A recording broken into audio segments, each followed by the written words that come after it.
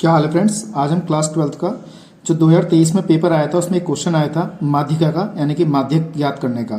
तो उसमें एक्स और वाई दे रखे थे, उसको कैसे हल करते हैं जरा ध्यान से समझिएगा, इसको केयरफुली करिएगा क्योंकि इस बार भी क्वेश्चन जरूर आ सकते हैं। तो यूपी बोर्ड 2023 का ही हमारा 822 जेड हमारा पेपर कोड है और ये हमारा 822 जो है इसका पेपर का कोड था।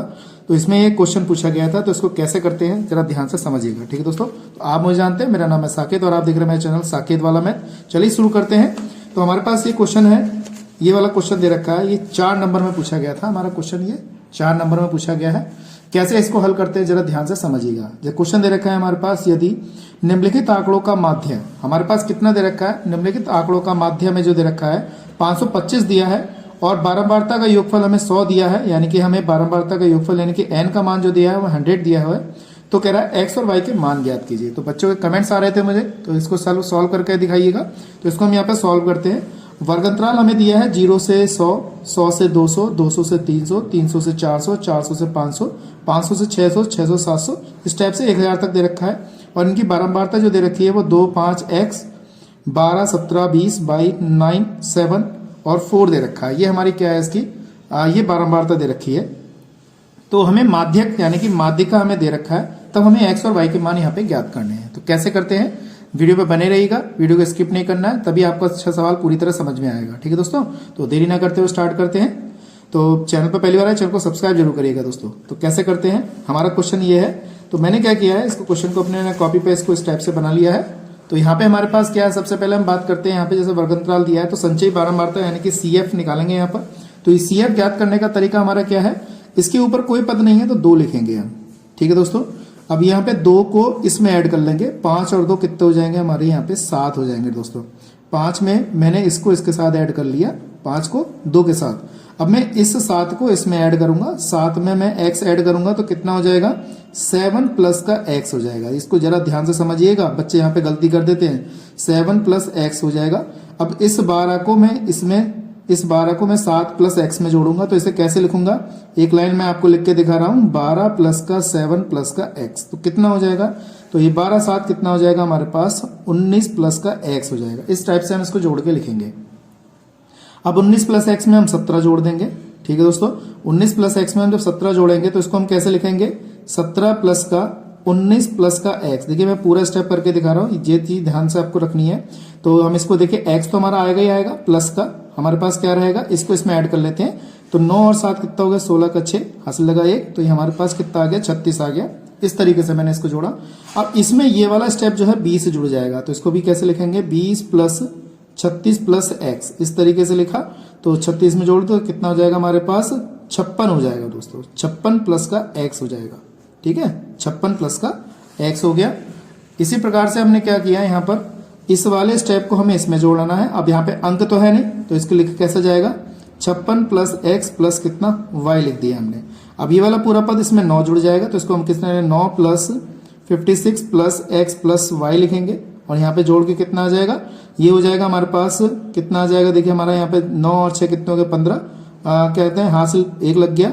और यहाँ पे कितना हो जाएगा 65 प्लस का x प्लस का y। इस तरीके से मैंने इसको लिखा।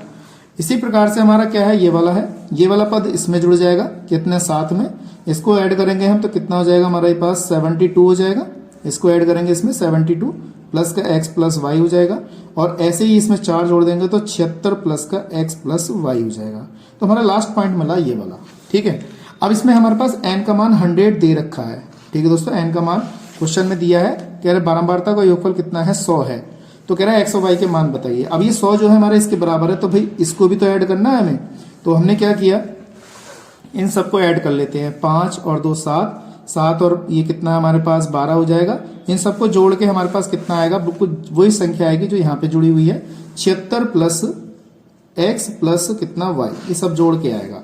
अब हमारे पास क्या है, माध्यिका का सूत्र होता है, माध्यिका के 2 सूत्र होते हैं हमारे पास। तो हमारे पास पहला है माध्यक या माध्यिका, बात एक ही है। तो माध्यक को हम लिखेंगे कैसे, माध्यक को लिखने का तरीका हमारा जो होता है वो होता है L1 plus L2 minus L1 upon में कितना f, ब्रैकेट में n अपॉन 2 माइनस का c, ये हमारा सूत्र होता है। अब इसमें हमारे पास हमें कौन सी संख्या बताएगी भाई, हमारी छोटी लिमिट कौन सी है और बड़ी लिमिट कौन सी है। यानी कि L1 का मान कौन सा है, L2 का मान कौन सा है, वो हमें कौन सी संख्या बताएगी वो यहाँ से पता चलेगा।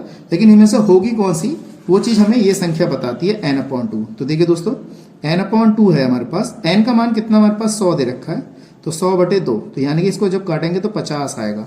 और 50 किस में आ रहा है हमारे पास, ध्यान से समझिएगा 50 किस में आ रहा है, देखिए तो 56 आ गया, और इससे पहले छोटी संख्या कितनी है 36 है, तो 36 से बड़ी संख्या 50 होगी, यानी कि ये वाला स्टेप हमारा क्या होगा, इसके सामने का ये वाला जो स्टेप है हमारे पास, गिन लीजिएगा, इसको गलती नहीं करना है, ध्यान से देखिए 1 2 3 4 5 6 छठे नंबर पे आ रही है, 1 2 3 4 5 6 ये छठे नंबर पे आ रही है। ठीक है दोस्तों, ये बात ध्यान रखिएगा, इसको हमने इसको स्टेप से लॉक कर लिया, ये चीज ध्यान रखनी है आपके लिए।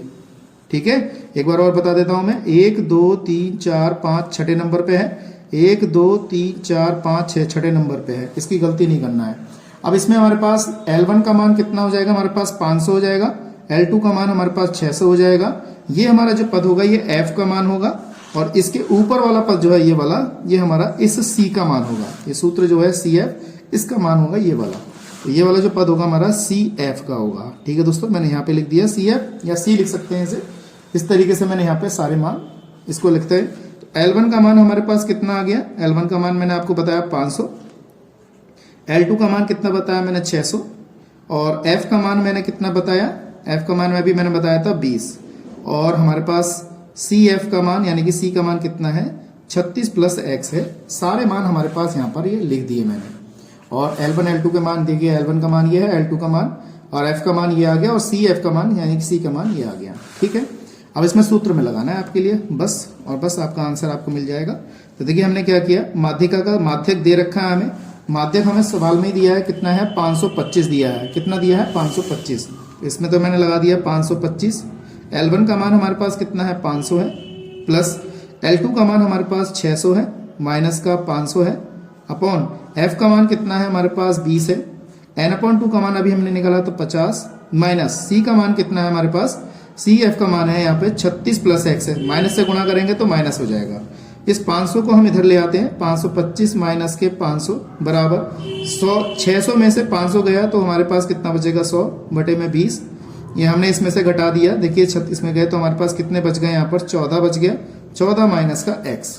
ठीक है दोस्तों, 50 में 36 घटाए तो 14 बच गए, इसमें से घटाएंगे तो 25 बचेगा, और 20 पंजे 100 हो गया, तो 5 14 माइनस का कितना आ गया x आ गया, 5 से काट दिया, 5 पंजे 25, तो 5 बराबर 14 माइनस का x, 5 माइनस के 14 बराबर माइनस का x, और यहाँ पे कितना बच गया हमारे पास, 14 में से ये जाएंगे हमारे पास तो 9 बचेंगे, और माइनस का x, तो x का मान कितना आ गया हमारे पास 9 आ गया।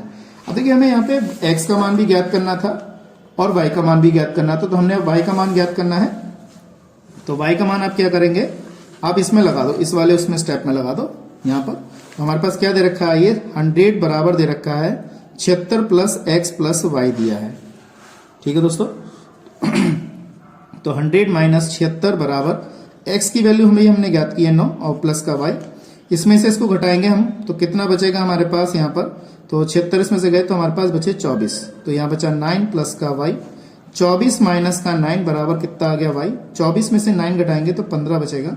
तो यही हमारा क्या है, इसका आंसर है। मैं समझता हूँ ये चीज़ आपको अच्छी तरह समझ में आई होगी, और क्वेश्चन बहुत ही अच्छा है, ज़्यादा हार्ड नहीं है, बस आपको प्रैक्टिस करनी है थोड़ी सी क्वेश्चन को कैसे हल करें।